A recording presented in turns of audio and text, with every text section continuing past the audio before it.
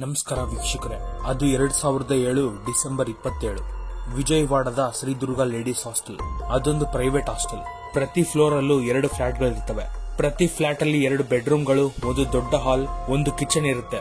Bedroom ಅಲ್ಲಾದ್ರೆ 3 ಹುಡುಗಿರು, kitchen ಅಲ್ಲಾದ್ರೆ 2 ಹುಡುಗಿರು, ಹಾಲ್ ಅಲ್ಲಾದ್ರೆ 8 ಹುಡುಗಿರು ರೆಂಟ್ಗೆ ಇರ್ತಿದ್ದಾರೆ. ಆ ಹಾಸ್ಟೆಲ್ ಇದ್ದ ಹುಡುಗಿರೆಲ್ಲರೂ ಕೂಡ ಅಲ್ಲೇ ಹತ್ರ ಇರೋ ಕಾಲೇಜ್ಗಳಲ್ಲಿ ಓದ್ತಿದ್ರು. ಟೈಮ್ ಬೆಳಿಗ್ಗೆ 5:30 2ನೇ ಫ್ಲೋರ್ ಅಲ್ಲಿ ಒಂದು ಫ್ಲಾಟ್ ಇದೆ. ಆ ಫ್ಲೋರ್ ಅಲ್ಲೇ ಕಿಚನ್ ಅಲ್ಲಿ ಮಲಗಿದ್ದ ಒಬ್ಬ ಹುಡುಗಿ ವಾಶ್ರೂಮ್ ಅಂತ ಹೊರಗಿರೋ ಬಾತ್ರೂಮ್ ಹೋಗೋಕೆ ಹಾಲ್ಗೆ ಬರ್ತಾಳೆ.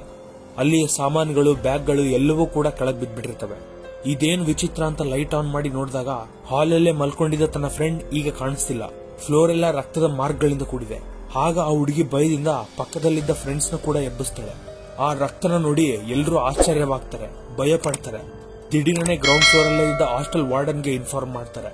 ವಾರ್ಡನ್ ಬಂದು ನೋಡಿದಾಗ ಅದೇ ರಕ್ತದ ಮಾರ್ಕ್ಗಳನ್ನ ಫಾಲೋ ಮಾಡ್ತಾ ಕೊನೆಯಲ್ಲಿದ್ದ ಬಾತ್ರೂಮ್ ವರ್ಗೂ ಬರ್ತಾರೆ. ಬಾತ್ರೂಮ್ ಡೋರ್ ಓಪನ್ ಮಾಡ್ತಾರೆ. ಆ ಕ್ಷಣ ಅವ್ರಿಗೆ ಕಾಣಿಸಿದ ಸೀನ್ ನೋಡಿ ಎಲ್ಲರೂ ನಿಬ್ಬೆರಗಾಗ್ತಾರೆ. ಬಟ್ಟೆ ಇಲ್ಲದೆ ರಕ್ತದಿಂದ ಕೂಡಿ ಒಬ್ಬ ಹುಡುಗಿ ಬಿದ್ಬಿಟ್ಟಿರ್ತಾಳೆ. ತನ್ನ ಚೆಸ್ಟ್ ಮೇಲೆ ಚಿರುತಾ 143 ಅಂತ ಬರೆದಿರುತ್ತೆ. ಹೊಟ್ಟೆ ಮೇಲೆ ಲವ್ ಸಿಂಬಲ್ ಕೂಡ ಇದೆ. ಬಾಡಿ ಪಕ್ಕದಲ್ಲೇ ಲೆಟರ್ ಕೂಡ ಇದೆ. ಆ ಲೆಟರ್ ಅಲ್ಲಿ ಏನ್ ಬರ್ದಿದ್ಯೋ ಅಂತ ನೋಡಿದಾಗ ಈ ಲೇಡೀಸ್ ಹಾಸ್ಟೆಲ್ ಅವರಿಗೆ ತಿಳಿಸೋದೇನಂದ್ರೆ, ನನ್ನ ಪ್ರೀತಿಸು ಅಂತ ಈ ಹುಡುಗಿನ ಬಹಳ ದಿನಗಳಿಂದ ರಿಕ್ವೆಸ್ಟ್ ಮಾಡ್ತಿದ್ದೆ, ಆದ್ರೆ ಈ ಹುಡುಗಿ ಒಪ್ಕೊಳ್ತಿರ್ಲಿಲ್ಲ. ಸೊ ಈ ಹುಡುಗಿ ಹಾಸ್ಟೆಲ್ಗೆ ಕೋಪದಿಂದ ಬಂದೆ. ಲವ್ ಮಾಡು ಅಂತ ರಿಕ್ವೆಸ್ಟ್ ಮಾಡ್ಕೊಂಡೆ, ಆದ್ರೆ ಕೇಳಲಿಲ್ಲ. ಅದಕ್ಕೆ ಕೋಪದಿಂದ ಬಂಡೆಯಿಂದ ಹೊಡೆದ್ಬಿಟ್ಟೆ. ಅದಾದ್ಮೇಲೆ ಮಾನಭಂಗ ಮಾಡಿದೆ. ಕೇಳಿದಾಗ ಪ್ರೀತಿಸದೆ ಇದ್ರೆ ಉಳಿದ ಹುಡುಗಿರಿಗೆಲ್ಲರಿಗೂ ಕೂಡ ಇದೇ ಗತಿ. ಇಂತಿ ಒಬ್ಬ ಯುವಕ ಅಂತ ಬರ್ದಿರುತ್ತೆ. ಇದೆಲ್ಲ ನೋಡಿದ ಹಾಸ್ಟೆಲ್ ವಾರ್ಡನ್ ನ ಮನಸ್ಸು ಆ ಹಾಸ್ಟೆಲ್ ಉಳ್ಕೊಂಡಿದ್ದ ಬೇರೆ ಹುಡುಗಿರ ಮನಸ್ಸು ಏನ್ ಅನ್ಸಿರ್ಬೋದು ಅಂತ ಒಂದು ಬಾರಿ ಆಲೋಚನೆ ಮಾಡಿ. ದಿಢೀರನೆ ಈ ಲೆಟರ್ ಓದಿದ ಹಾಸ್ಟೆಲ್ ವಾರ್ಡನ್ ಪೊಲೀಸರಿಗೆ ಫೋನ್ ಮಾಡಿ ಕರೆಸ್ತಾರೆ. ಆಗ ಪೊಲೀಸರು ಬಂದು ತಾವು ಸ್ಟಾರ್ಟ್ ಮಾಡಬೇಕಾಗಿದ್ದ ಫಾರ್ಮಾಲಿಟೀಸ್ ನ ಶುರು ಮಾಡ್ತಾರೆ. ಈ ಹತ್ಯೆ ಆ ದಿನಗಳಲ್ಲಿ ಇಡೀ ರಾಷ್ಟ್ರವನ್ನೇ ನಿಬ್ಬೆರಗಾಗುವಂತೆ ಮಾಡುತ್ತೆ. ಅಂತಕ ಯಾರು ಅಂತ ಪೊಲೀಸರಿಗೂ ಕೂಡ ಕಂಡುಹಿಡಿಯಕ್ಕಾಗಲ್ಲ. 1 ವರ್ಷದ ಸತತ ಇನ್ವೆಸ್ಟಿಗೇಷನ್ ನಂತರ ಒಬ್ಬನ್ನ ಹಿಡ್ಕೋತಾರೆ. ತನಗೆ 14 ವರ್ಷಗಳ ಜೈಲ್ ಶಿಕ್ಷೆ ಕೂಡ ಬೀಳುತ್ತೆ.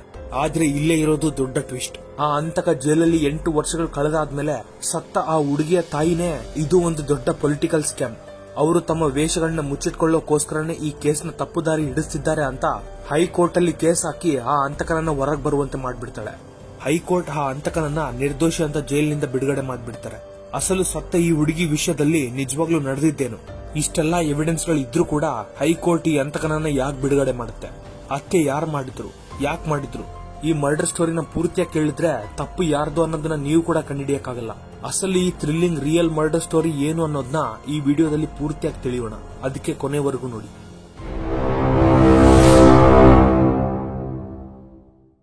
ಈ ಹತ್ಯೆಗೊಳಗಾದ ಹುಡುಗಿ ಹೆಸರು ಆಯೇಷಾ, ವಯಸ್ಸು 17. ವಿಜಯವಾಡದಲ್ಲಿರೋ ನಿಮ್ರಾ ಕಾಲೇಜಲ್ಲಿ ಫಸ್ಟ್ ಇಯರ್ ಬಿ ಫಾರ್ಮಸಿ ಓದ್ತಿದ್ದಾಳೆ.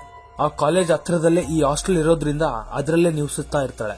ಹತ್ಯೆ ನಡೆದ್ಮೇಲೆ ಪೊಲೀಸರು ಇನ್ವೆಸ್ಟಿಗೇಷನ್ ಶುರು ಮಾಡ್ತಾರೆ. ಆ ಹತ್ಯೆ ನಡೆದ ಪ್ಲೇಸ್ ಅಲ್ಲಿ ಆ ಯುವಕನ foot prints, finger prints, Ayesha body ಮೇಲೆ ಸಿಮೆನ್ ಮತ್ತೆ ಈ ಲೆಟರ್ ಗಳು ಸಿಗ್ತವೆ. ಅವುಗಳನ್ನ ಫಾರೆನ್ಸಿಕ್ ಲ್ಯಾಬ್ಗೆ ಕಳಿಸ್ತಾರೆ. ಫಾರೆನ್ಸಿಕ್ ಅವರು ಸಿಕ್ಕ ಸೆಮಿನ್ ನಿಂದ ಹಂತಕನ DNA ಪ್ರೊಫೈಲ್ ನ ಕಂಡುಹಿಡಿತಾರೆ. ಯಾರ್ಯಾರ ಮೇಲೆ ಅನುಮಾನ ಇದೆಯೋ ಅವ್ರನ್ನೆಲ್ಲ ವಿಚಾರ ಮಾಡೋದನ್ನ ಶುರು ಮಾಡ್ತಾರೆ. ಮೊದಲನೇದಾಗಿ ಹಾಸ್ಟೆಲ್ ವಾರ್ಡನ್, ಹಾಸ್ಟೆಲ್ ಅಲ್ಲೇ ಇದ್ದ ತನ್ನ ರೂಮ್ಮೇಟ್ಸ್ ನ, ಕೆಲಸಗಾರರನ್ನ ಅನುಮಾನಿಸ್ತಾರೆ. ಅವರೆಲ್ಲರನ್ನ ಇಂಟ್ರೋಗೇಟ್ ಮಾಡ್ತಾರೆ. ಅವರ ಫಿಂಗರ್ ಪ್ರಿಂಟ್ಸ್ ಮತ್ತೆ DNA ಹತ್ಯೆ ನಡೆದ ಸ್ಯಾಂಪಲ್ ಗಳ ಜೊತೆ ಕಂಪೇರ್ ಮಾಡಿ ನೋಡ್ತಾರೆ. ಆದ್ರೆ ಏನೂ ಮ್ಯಾಚ್ ಆಗಲ್ಲ. ಸೊ ಎವಿಡೆನ್ಸ್ ಇಲ್ಲದೆ ಎಲ್ಲರನ್ನ ಬಿಟ್ಬಿಡ್ತಾರೆ. ಈ ರೀತಿ ಸರಿಸುಮಾರು 56 ಸಸ್ಪೆಕ್ಟ್ ಗಳ ಫಿಂಗರ್ ಪ್ರಿಂಟ್ಸ್ ಮತ್ತೆ DNA ಕೂಡ ಕಲೆಕ್ಟ್ ಮಾಡಿ ನೋಡ್ತಾರೆ. ಈ ಎಲ್ಲಾ ಪ್ರಾಸೆಸ್ ಮಾಡ್ತಾ ಮಾಡ್ತಾ ಹತ್ಯೆ ನಡೆದು 8 ತಿಂಗಳು ಕಳೆದ್ ಬಿಡುತ್ತೆ. ಇಷ್ಟರಲ್ಲೇ ಜುಲೈ ತಿಂಗಳಲ್ಲಿ ವಿಜಯವಾಡದ 50 ಕಿಲೋಮೀಟರ್ ದೂರದಲ್ಲಿರೋ ನಂದಿಗಾಮ ಅನ್ನೋ ಹಳ್ಳಿಲಿ ಒಂದು ಇನ್ಸಿಡೆಂಟ್ ನಡೆಯುತ್ತೆ. ಅದೇನಂದ್ರೆ, ರಾತ್ರಿ ವೇಳೆ ಒಬ್ಬ ಮನುಷ್ಯ ಲೇಡೀಸ್ ಹಾಸ್ಟೆಲ್ ತೂರಿ ಅಲ್ಲಿದ್ದ ಹುಡುಗಿಯ ಜೊತೆ ಅಸಭ್ಯಕರವಾಗಿ ವರ್ತಿಸಿ ಅಲ್ಲಿದ್ದ ಕೆಲವು ವಸ್ತುಗಳನ್ನ ಕಳ್ತನ ಮಾಡಿರ್ತಾನೆ. ಈ ಇನ್ಸಿಡೆಂಟ್ ಮೇಲೆ ನಂದಿಗಾಮ ಟೌನ್ ಪೊಲೀಸರು ಇನ್ವೆಸ್ಟಿಗೇಷನ್ ಮಾಡೋದನ್ನ ಶುರು ಮಾಡ್ತಾರೆ. ಬಹಳ ಆಲೋಚನೆ ಮಾಡ್ತಾರೆ. ಆಗ್ಲೇ ಅವರಿಗೆ ಒಂದು ಕ್ಲೂ ಸಿಗುತ್ತೆ. ನಂದಿಗಾಮದಲ್ಲಿ ಸೇಮ್ ಇಂತಹ ಇನ್ಸಿಡೆಂಟ್ ಗಳೇ 6 ತಿಂಗಳ ಹಿಂದೆ ಬಹಳ ನಡೆದಿರ್ತವೆ. ಎಂತಹ ಇನ್ಸಿಡೆಂಟ್ ಗಳಂದ್ರೆ, ಹುಡುಗಿರ ಹಾಸ್ಟೆಲ್ ನುಗ್ಗಿ ಅವ್ರನ್ನ ಟಚ್ ಮಾಡೋದು, ಅಲ್ಲಿದ್ದ ವಸ್ತುಗಳನ್ನ ಕದಿಯೋದು. ಈ ತರ ಇನ್ಸಿಡೆಂಟ್ ಗಳು ಡಿಸೆಂಬರ್ 2007 ನಡೆದಿರ್ತವೆ. ಅದಾದ್ಮೇಲೆ 2008 ಜನವರಿಯಿಂದ ಜೂನ್ ವರೆಗೂ ಒಂದು ಇನ್ಸಿಡೆಂಟ್ ಕೂಡ ನಡೆಯಲ್ಲ. 6 ತಿಂಗಳ ಗ್ಯಾಪ್ ಬರುತ್ತೆ. ಮತ್ತೆ ಜುಲೈ ತಿಂಗಳಲ್ಲೇ ಇಂತಹ ಇನ್ಸಿಡೆಂಟ್ ನಡೆಯುತ್ತೆ. ಅಂದ್ರೆ ಮಧ್ಯೆ ಈ 6 ತಿಂಗಳು ಆತ ಯಾಕೆ ಗ್ಯಾಪ್ ಕೊಡ್ತಾನೆ? ಕಾರಣ ಏನು? ಮತ್ತೆ ಯಾಕೆ ಇದನ್ನ ಸ್ಟಾರ್ಟ್ ಮಾಡ್ತಾನೆ? ಒಂದು ವೇಳೆ ಆತ ಈ 6 ತಿಂಗಳು ಜೈಲಲ್ಲೇ ಕಳೆದಿರ್ಬೋದೇನೋ, ಅದಕ್ಕೆ ಅಪರಾಧ ಮಾಡೋ ಚಾನ್ಸ್ ಸಿಗದೆ ಹೋಗಿರ್ಬೋದು. ಈಗ ರಿಲೀಸ್ ಆಗಿರ್ಬೋದು. ಅದಕ್ಕೆ ಮತ್ತೆ ಈ ಎಲ್ಲಾ ಕೆಲಸಗಳನ್ನ ಶುರು ಮಾಡಿದ್ದಾನೆ ಅಂತ ಪೊಲೀಸರು ಆಲೋಚನೆ ಮಾಡ್ತಾರೆ. ಈ ಎಲ್ಲಾ ಆಧಾರಗಳಿಂದ 6 ತಿಂಗಳ ಹಿಂದೆ ಅರೆಸ್ಟ್ ಆಗಿ ರೀಸೆಂಟ್ ಆಗಿ ರಿಲೀಸ್ ಆಗಿರೋರು ಯಾರಾದ್ರೂ ಇದಾರಾ ಅಂತ ಇನ್ವೆಸ್ಟಿಗೇಟ್ ಮಾಡ್ತಾರೆ. ಆಗ ಪೊಲೀಸರಿಗೆ ಒಬ್ಬೇ ವ್ಯಕ್ತಿಯ ಹೆಸರು ಕಾಣಿಸುತ್ತೆ. ತನ್ನ ಹೆಸರೇ ಸತ್ಯಂ ಬಾಬು. ಈ ಸತ್ಯಂ ಬಾಬು ಫೋನ್ ಕಳ್ತನ ಮಾಡಿರೋ ಕೇಸಲ್ಲಿ 2008 ಜನವರಿಯಿಂದ ಜುಲೈವರೆಗೂ ಕೂಡ ಸುಮಾರು 6 ತಿಂಗಳು ಜೈಲಲ್ಲೇ ಇದ್ದಾನೆ. ಜುಲೈಯಲ್ಲಿ ರಿಲೀಸ್ ಆಗ್ತಾನೆ. ಸೊ ನಂದಿಗಾಮದಲ್ಲಿ ಜುಲೈಯಲ್ಲಿ ನಡೆದಿರೋ ಇನ್ಸಿಡೆಂಟ್ ತಾನೇ ಮಾಡಿರಬಹುದು ಅಂತ ನಂದಿಗಾಮ ಟೌನ್ ಪೊಲೀಸರು ಅನುಮಾನ ಪಡ್ತಾರೆ. ಈ ಕಾರಣದಿಂದ 2008 ಆಗಸ್ಟ್ 11ರಂದು ಸತ್ಯಂ ಬಾಬುನ ಅರೆಸ್ಟ್ ಮಾಡಿ ಇಂಟ್ರೋಗೇಟ್ ಮಾಡೋದನ್ನ ಶುರು ಮಾಡ್ತಾರೆ. ಆರೋಪಿಯನ್ನ ಪೊಲೀಸರು ಅಪರಾಧ ನಡೆದ ಹಾಸ್ಟೆಲ್ಗೆ ಕರ್ಕೊಂಡೋಗಿ ಹುಡುಗಿರಿಗೆಲ್ಲರಿಗೂ ತೋರಿಸ್ತಾರೆ. ಈತನೇನ ನಿಮ್ ಜೊತೆ ಅಸಭ್ಯಕರವಾಗಿ ನಡ್ಕೊಂಡಿದ್ದು ಅಂತ ಕೇಳ್ತಾರೆ. ಹೌದು ಸರ್ ಈತನೇ ಅಂತ ಹುಡುಗಿರೆಲ್ಲರೂ ಹೇಳ್ಬಿಡ್ತಾರೆ. ಆಗ ನಂದಿಗಾಮ ಪೊಲೀಸರು ತನ್ನ ಜೊತೆ ಒಂದು ಮಾತು ಹೇಳ್ತಾರೆ. ಅದೇನೆಂದ್ರೆ, ಇಲ್ಲಿವರೆಗೂ ನೀನ್ ಏನೇನ್ ತಪ್ಪುಗಳನ್ನ ಮಾಡಿದ್ಯೋ ಅವುಗಳನ್ನ ಹೇಗ್ ಮಾಡಿದ್ಯೋ ಎಲ್ಲ ನೀನಾಗ್ ನೀನೇ ಒಪ್ಕೊಂಡ್ಬಿಡು. ಮಾಡಿರೋ ತಪ್ಪನ್ನ ನೀನಾಗ್ ನೀನೇ ಒಪ್ಕೊಂಡು ಅಪ್ರೂವರ್ ಆಗಿ ಬದಲಾದ್ರೆ ನಿನಗೆ ಎಂತ ಶಿಕ್ಷೆ ಕೂಡ ಬೀಳದೆ ನಾವು ನೋಡ್ಕೊಳ್ತೀವಿ ಅಂತ ಹೇಳ್ತಾರೆ. ಆಗ ಸತ್ಯಂ ಬಾಬು ಪೊಲೀಸರ ಮಾತುಗಳನ್ನ ನಂಬಿ ತಾನು ಮಾಡಿದ ಒಂದೊಂದು ಅಪರಾಧನ ವಿವರವಾಗಿ ಎಕ್ಸ್ಪ್ಲೇನ್ ಮಾಡೋದನ್ನ ಶುರು ಮಾಡ್ತಾನೆ. ಈ ಪ್ರಾಸೆಸ್ ಅಲ್ಲಿ ಆಯೇಷಾನ ಹೇಗ್ ಹತ್ಯೆ ಮಾಡಿದ್ದಾನೆ ಅನ್ನೋದನ್ನ ಕೂಡ ಹೇಳ್ಬಿಡ್ತಾನೆ. ಅಂದ್ರೆ ಅಪರಾಧ ನಡೆದ 8 ತಿಂಗಳಾದ್ಮೇಲೆ ಆರೋಪಿ ಸಿಗ್ಬೀಳ್ತಾನೆ. ಸತ್ಯಂ ಬಾಬು ಏನ್ ವಿವರಿಸ್ತಾನೆ ಅಂದ್ರೆ, ನಾನ್ ನಂದಿಗಾಮದಿಂದ ಒಂದು ಲಾರಿ ಏರಿ ವಿಜಯವಾಡಾಗ ಹೋದೆ. ಅಲ್ಲೇ ಸ್ವರ್ಣ ಸಿನಿಮಾ ಹಾಲ್ ಅಲ್ಲಿ ಸೆಕೆಂಡ್ ಶೋ ಸಿನಿಮಾ ನೋಡಿದೆ. ವಾಪಸ್ ಊರಿಗೆ ಹೋಗೋಕೆ ಅಂತ ಬಸ್ ಸ್ಟ್ಯಾಂಡ್ ಗೆ ಬಂದೆ. ಬಸ್ ಸ್ಟಾಪ್ ಎದುರಿಗೆ ಒಂದ್ ಬಿಲ್ಡಿಂಗ್ ಇದೆ. ಆ ಬಿಲ್ಡಿಂಗ್ ಕಾರಿಡಾರ್ ಅಲ್ಲಿ ಒಬ್ಬಳು ಹುಡುಗಿ ವಾಕಿಂಗ್ ಮಾಡ್ತಿದ್ದಾಳೆ. ಆ ಹುಡುಗಿನ್ ನೋಡಿ ನನಗ್ ಮೂಡ್ ಬಂತು, ಏನಾದ್ರೂ ಮಾಡ್ಬೇಕು ಅಂತ ಅನ್ಕೊಂಡೆ. ನಾನು ಕೂಲಿ ಕೆಲಸ ಮಾಡ್ಕೊಂಡಿದ್ದವನು, 7th ವರೆಗೂ ಓದಿದ್ದೀನಿ. ಮದುವೆ ಆದ 3 ತಿಂಗಳಿಗೆ ನನ್ನ ಹೆಂಡತಿ ನನಗೆ ಡೈವರ್ಸ್ ಕೊಟ್ಬಿಟ್ಲು. ಆಗ್ಲಿಂದ ನನ್ನ ಶಾರೀರಿಕ ಅವಸರಗಳಿಗಾಗಿ ಪ್ರಾಸ್ಟಿಟ್ಯೂಟ್ ಗಳನ್ನ ಮೀಟ್ ಆಗ್ತಿದ್ದೆ. ಆದ್ರೆ ಅದಕ್ಕೆ ಖರ್ಚು ಜಾಸ್ತಿ. ಅದಕ್ಕೆ ಹಾಸ್ಟೆಲ್ ನಿವಸಿಸಿದ್ದ ಹುಡುಗಿಯರ್ನ ಮತ್ತೆ ಹೊರಗಡೆ ತಿರುಗಾಡ್ತಿದ್ದ ಆಂಟಿಯರ್ನ ಟಾರ್ಗೆಟ್ ಮಾಡೋದನ್ನ ಶುರು ಮಾಡಿದೆ. ಈ ರೀತಿ ಕೆಲ ದಿನಗಳ ಕಾಲ ನಡೀತಾ ಇತ್ತು. ಅದೇ ಟೈಮ್ಗೆ ಜೈಲಿಗೆ ಹೋಗೋದ್ರಿಂದ ನನಗೆ ಕಂಟಿನ್ಯೂ ಮಾಡೋ ಚಾನ್ಸ್ ಸಿಗಲಿಲ್ಲ. ಈ ಬಿಲ್ಡಿಂಗ್ ಒಂದು ಹಾಸ್ಟೆಲ್ ಅಂತ ನನಗೆ ಗೊತ್ತಿರಲಿಲ್ಲ. ಈ ಬಿಲ್ಡಿಂಗ್ ಕಾಂಪೌಂಡ್ ಮೇಲೆ ನಡ್ಕೊಳ್ತಾ ಹೋಗಿ ಬಾತ್ರೂಮ್ ಮೇಲಿಂದ ಫಸ್ಟ್ ಫ್ಲೋರ್ ಮೇಲೆ ಏರಿದೆ. ಅಲ್ಲಿಂದ ಸೆಕೆಂಡ್ ಫ್ಲೋರ್ಗೆ ಮೆಟ್ಟಿಲುಗಳ ಮುಖಾಂತರ ಸೇರ್ಕೊಂಡೆ. ಅಲ್ಲಿ ನನಗೆ 2 ಬಾಗಿಲು ಕಾಣಿಸ್ತವೆ. ಒಂದು ರೈಟ್ ಸೈಡ್ ಅಲ್ಲಿ, ಇನ್ನೊಂದು ಲೆಫ್ಟ್ ಸೈಡ್ ಅಲ್ಲಿ ಇದೆ. ರೈಟ್ ಸೈಡ್ ಡೋರ್ ನ ಓಪನ್ ಮಾಡೋಕ್ ಹೋದೆ, ಆದ್ರೆ ಲಾಕ್ ಹಾಕಿದ್ರಿಂದ ಅದು ಓಪನ್ ಆಗ್ಲಿಲ್ಲ. ಲೆಫ್ಟ್ ಸೈಡ್ ಡೋರ್ ಓಪನ್ ಮಾಡಿದಾಗ ಹಾಲ್ ಅಲ್ಲಿ ಬಹಳ ಬೆಡ್ಸ್ ಇವೆ. ಆದ್ರೆ ಒಬ್ಬ ಹುಡುಗಿ ಮಾತ್ರನೇ ಬೆಡ್ ಮೇಲೆ ಮಲಗಿದ್ದಾಳೆ. ಉಳಿದೆಲ್ಲ ಬೆಡ್ಗಳು ಖಾಲಿ ಇದ್ವು. ಆ ಹುಡುಗಿ ಆ ಕಡೆ ತಿರುಗಿ ಮಲ್ಕೊಂಡಿದ್ದಾಳೆ. ಹಾಲ್ ಪಕ್ಕದಲ್ಲೇ ಒಂದು ಸಣ್ಣ ಕಿಚನ್ ಇದೆ. ಅದಕ್ಕೆ ಡೋರ್ ಇಲ್ಲ. ಒಳಗೆ 2 ಹುಡುಗಿರು ಮಲ್ಕೊಂಡಿದ್ದಾರೆ. ಹಾಲ್ ಒಳಗಿರೋ ಹುಡುಗಿನ ನೋಡಿ ಟೆಂಪ್ಟ್ ಆದೆ. ಆದ್ರೆ ಏನಾದ್ರೂ ಮಾಡಿದ್ರೆ ಆ ಹುಡುಗಿ ಕಿರಿಸ್ತಾಳೆ, ಆಗ ಎಲ್ರು ಎದ್ಬಿಡ್ತಾರೆ. ಅದಕ್ಕೆ ಹೇಗೆ ಅಂತ ಆಲೋಚನೆ ಮಾಡಿದಾಗ ಒಂದು ಐಡಿಯಾ ಬಂತು. ತನ್ನನ್ನ ಕೊಂದು ನನಗೆ ಬೇಕಾದಾಗೆ ಯೂಸ್ ಮಾಡ್ಕೋಬಹುದು ಅನ್ಕೊಂಡೆ. ಕೊಲ್ಲಬೇಕು ಅಂದ್ರೆ ಏನಾದ್ರೂ ಒಂದು ಆಯುಧ ಬೇಕು. ಬಿಲ್ಡಿಂಗ್ ಹೊರಗ್ ಬಂದು ನೋಡಿದಾಗ ಒಂದು ಬಂಡೆ ಕಾಣಿಸುತ್ತೆ. ಅದನ್ನ ತಗೊಂಡ್ ಬಂದು ಬಿಲ್ಡಿಂಗ್ ಏರಿ ಮತ್ತೆ ಸೆಕೆಂಡ್ ಫ್ಲೋರ್ಗೆ ಬಂದು ಹಾಲ್ಗೆ ಹೋದೆ. ಮಲ್ಕೊಂಡಿದ್ದ ಹುಡುಗಿನ ಕಲ್ಲಿಂದ ಹೊಡೆದೆ. ಆಗ ಆ ಹುಡುಗಿ ಲೈಟ್ ಆಗಿ ಸೌಂಡ್ ಮಾಡಿ ಸೈಲೆಂಟ್ ಆಗೋಗ್ಬಿಟ್ಲು. ತನ್ನ ಬಾಡಿನ ಹೊರಗಿದ್ದ ಬಾತ್ರೂಮ್ಗೆ ಎಳ್ಕೊಂಡ್ ಬಂದೆ. ಆ ಹುಡುಗಿ ಡ್ರೆಸ್ ಬಿಚ್ಚಿ ಎಡಗಾಲನ ಟ್ಯಾಬ್ಗೆ ಕಟ್ಟಿ ಮಾನಭಂಗ ಮಾಡಿದೆ. ಡೌಟ್ ಬರಬಾರ್ದು ಅಂತ ಹಾಲ್ಗೆ ಹೋಗಿ ಬ್ಯಾಗ್ಗಳನ್ನೆಲ್ಲ ಹುಡುಕಿ ಅದರಲ್ಲಿದ್ದ ಪೆನ್ ಮತ್ತೆ ಪೇಪರ್ ತಗೊಂಡ್ ಬಂದು ಒಂದು ಲೆಟರ್ ಬರ್ದೆ. ಹುಡುಗಿ ಶರೀರದ ಮೇಲೆ ಚಿರುತ 143 ಅಂತ ಬರೆದು ಲವ್ ಸಿಂಬಲ್ ಕೂಡ ಹಾಕಿದೆ. ಅಷ್ಟೊತ್ತಿಗೆ ಟೈಮ್ ಬೆಳಿಗ್ಗೆ 4:30 ಅಥವಾ 5 ಗಂಟೆ ಆಗಿರ್ಬೋದು. ಹೇಗ್ ಬಂದೋ ಹಾಗೆ ಗೋಡೆ ಹಾರಿ ಹೊರಗೋದೆ. ಹತ್ರ ಕಾಣಿಸ್ತಿದ್ದ ಟೀ ಸ್ಟಾಲ್ ಅಲ್ಲಿ ಬೆಳಿಗ್ಗೆ 11 ಗಂಟೆವರೆಗೂ ಇದ್ದು ಅಲ್ಲಿಂದ ನಮ್ಮೂರಿಗೆ ಹೋಗ್ಬಿಟ್ಟೆ. ಈ ಎಲ್ಲಾ ಸ್ಟೋರಿನ ಸತ್ಯಂ ಬಾಬು ಪೊಲೀಸರ ಮುಂದೆ ಹೇಳ್ಬಿಡ್ತಾನೆ. ಪೊಲೀಸರು ಇದನ್ನೆಲ್ಲ ವಿಡಿಯೋ ಮಾಡಿ ಪಬ್ಲಿಕ್ ಗೆ ರಿಲೀಸ್ ಮಾಡ್ತಾರೆ. ಈ ಕನ್ಫೆಷನ್ ವಿಡಿಯೋ ಯೂಟ್ಯೂಬ್ ಅಲ್ಲಿ ಇವಾಗ್ಲೂ ಕೂಡ ಇದೆ.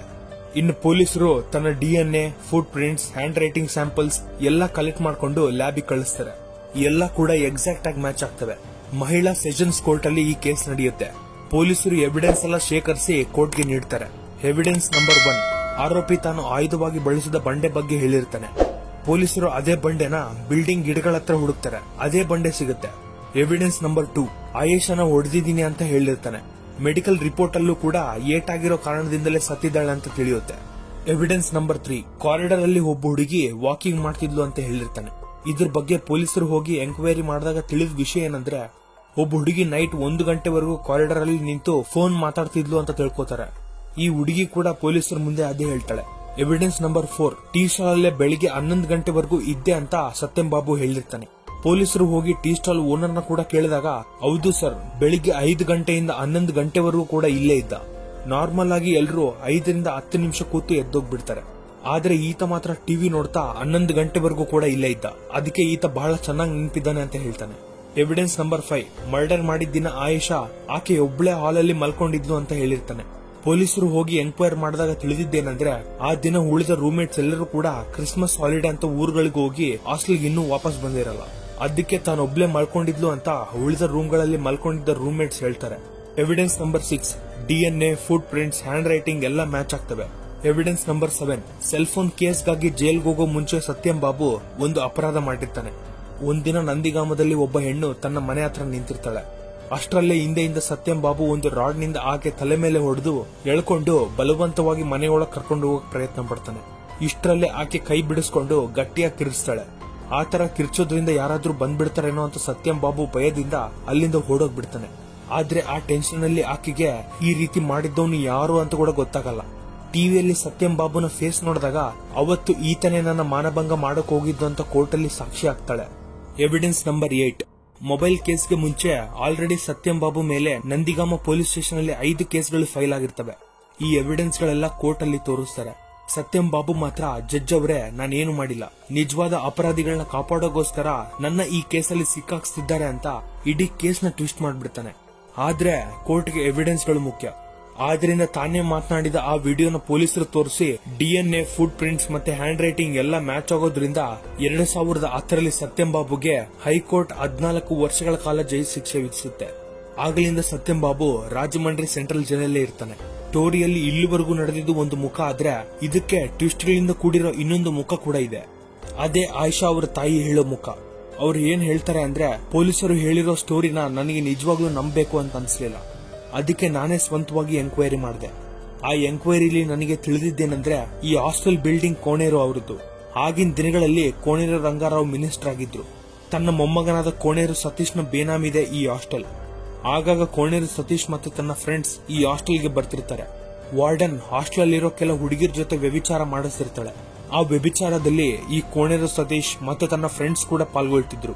ಹತ್ಯೆ ನಡೆದ ಹಿಂದಿನ ರಾತ್ರಿ ಹಾಸ್ಟೆಲ್ ಗ್ರೌಂಡ್ ಫ್ಲೋರ್ ಅಲ್ಲಿ ಒಂದು ಪಾರ್ಟಿ ನಡೀತಿತ್ತು. ಆ ಪಾರ್ಟಿಗೆ ಕೋಣೇರು ಸತೀಶ್, ತನ್ನ ಫ್ರೆಂಡ್ಸ್, ಹಾಸ್ಟೆಲ್ ವಾರ್ಡನ್ ಮತ್ತೆ ತನ್ನ ಪತಿ ಅಟೆಂಡ್ ಆಗಿರ್ತಾರೆ.